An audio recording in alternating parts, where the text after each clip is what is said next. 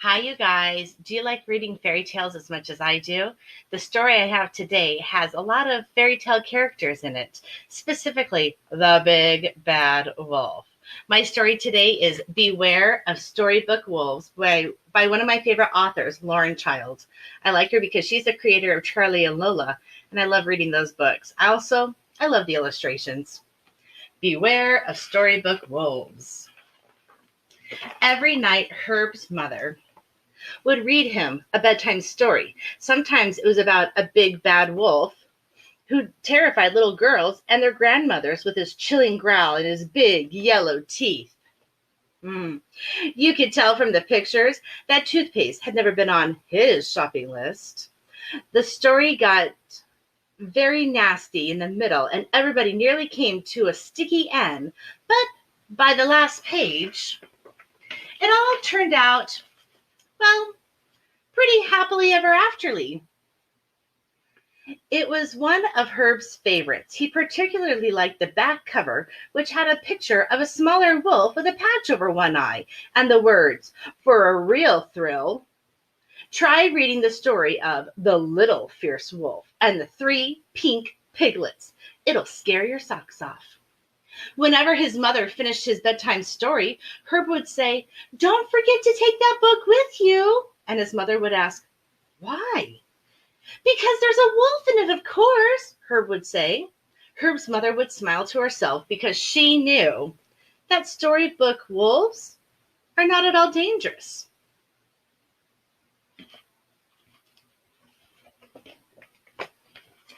Well, one night, just as they were finishing, just as they were finishing the wolf story, the telephone rang in a hurry.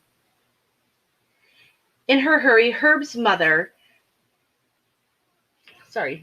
forgot all about taking the book with her. Herb didn't realize at first, but as she was snoozing off, he thought he heard a deep rumbling sound coming from the bedside table. It was like the rumbling of a very hungry tummy, or perhaps even two hungry tummies. Then he began to smell a not so nice smell, a sort of bad breath smell. Herb got the funny feeling that two, or maybe even three eyes were watching him. Three eyes? How would that happen? Unwisely, he switched on the light. Ah! Ah! Can you see that? Ah!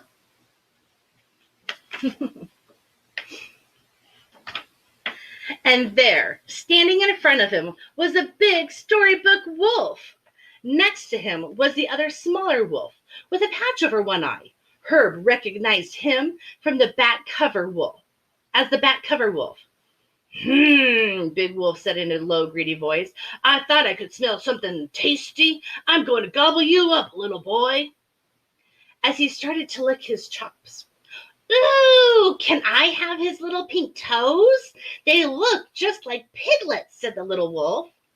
And he tried to lick his chops, but he wasn't very good at it and just ended up dribbling on the carpet. What would you do if you woke up and you saw two storybook wolves? Oh, goodness. I wouldn't eat me yet," stammered Herb, desperately trying to think of a plan to distract the wolves from wolfing him down. I like that, wolfing him down. "Oh, why not?" said the big wolf, giving him a sideways stare. Yeah, why not?" asked the little wolf, trying to give him a sideways stare too. Um, because little boys are for dessert. You have to start with appetizers, of course. You know, when you go to a restaurant and maybe you order food before your meal gets there. So little things like little finger foods are appetizers. You have to order appetizers, of course. "I didn't know that," said Big Wolf. "Really?" said Herb, feeling a little pleased with the idea that he crafted. "I thought everybody knew that." "Oh, yeah, I knew that," said the little wolf. No, you did not, said the big wolf. Yes, I certainly did, said the little wolf, puffing himself up. Well, if you're so clever, then what are appetizers? You could tell that the little wolf didn't really know what appetizers were. But not wishing to sound silly, he shouted, Jello is an appetizer. Everybody knows that. Then Big Wolf and Little Wolf looked at Herb and said, Where's the Jello? Jello, Jello. Where was the Jello? Herb's mind was whirling a frantic thing. Then he caught sight of his book of fairy tales. He had been looking at it last night, and it was lying open on the page where the dozy princess falls asleep at her own birthday party. Look, there she is asleep at her birthday party. No one at the table would notice if you borrowed some Jello. They were all snoozing, tired of waiting Princess Beautiful to wake up. So take a look at this picture. What do you notice at the bottom? There's our clue for what's going to happen next. Herb was so busy struggling to slide the Jello off the page, he didn't notice the wicked fairy, wide awake and hiding under the table. She had been listening to every word. This was bad luck for Herb, because the wicked fairy hated little boys only slightly less than she hated little girls. They made her very nervous. She'd seen what those little children, Hansel and Gretel, had done to that poor defenseless witch. Not only did they nibble her cottage half to pieces, but then they went and shoved her into her own oven. Children put her in a very bad mood. Oh, you dozy little doormats. Look at her. Oh, you dozy doormats, don't you know anything? Snarled the fairy. You wolf half-wits, giving wickedness a bad name. He's tricked you, you twerps. Little boys are appetizers. Jello is dessert.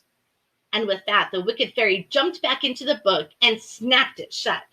First, the wolves went almost purple in the cheeks with embarrassment, and then their eyes got all mean and squinty.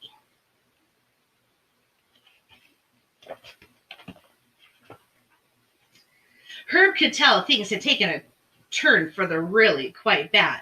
So he snatched up the fairy tale book, found the page with the fairy godmother, and shook it until the fairy godmother tumbled out of the book and fell down to the floor. She was a bit cross, actually, because her dress got crumpled and she nearly twisted her ankle. Well, she said, I've got a good mind to turn you into caterpillars, little boy.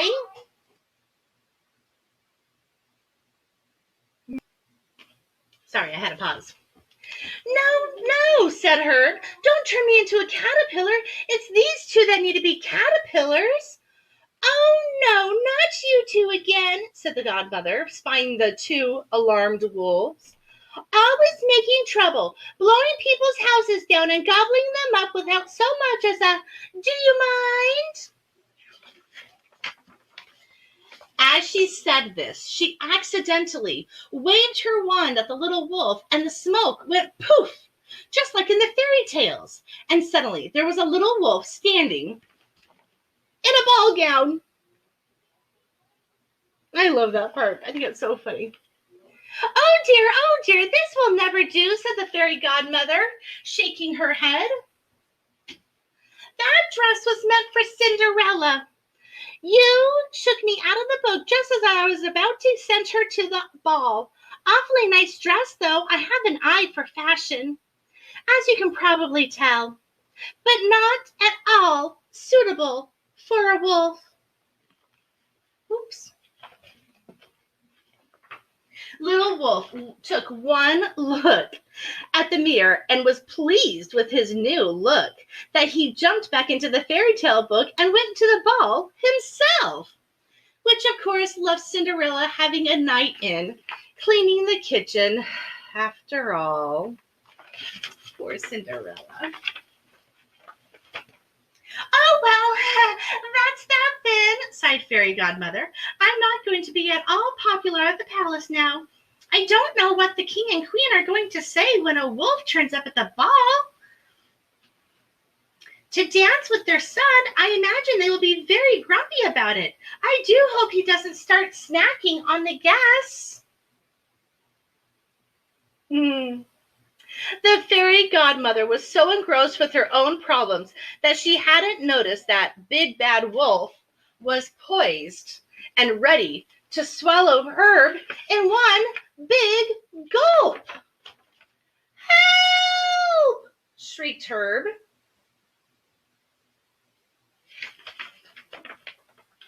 Quick as a wink, the fairy godmother whooshed her wand, and the big wolf became a tiny caterpillar. Oh, I do like caterpillars, said the fairy godmother, popping it back into the wolf's storybook. They're so undemanding, never bothering me for things, not like frogs, always thinking that they are princes. What's more, I really have had enough of being squashed inside a book, doing favors for spoiled princesses. I'm going to take a vacation somewhere far away from royalty. And then, in a sudden twinkle of sequins, she disappeared.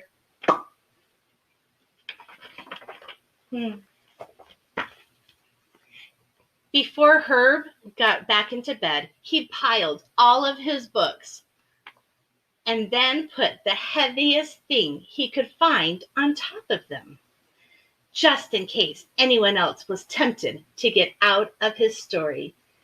Like, I like how they put the words on the books. Then he switched off his light and dreamed of fierce caterpillars, fashionable wolves, and grouchy godmothers. The funny thing was, the next time Herb's mother came to a wolf story in his favorite fairy tale book, there was no wolf to be seen. Just a tiny caterpillar, trying with all his might to terrify a little girl in the red hood. Do you see the caterpillar right there? The end.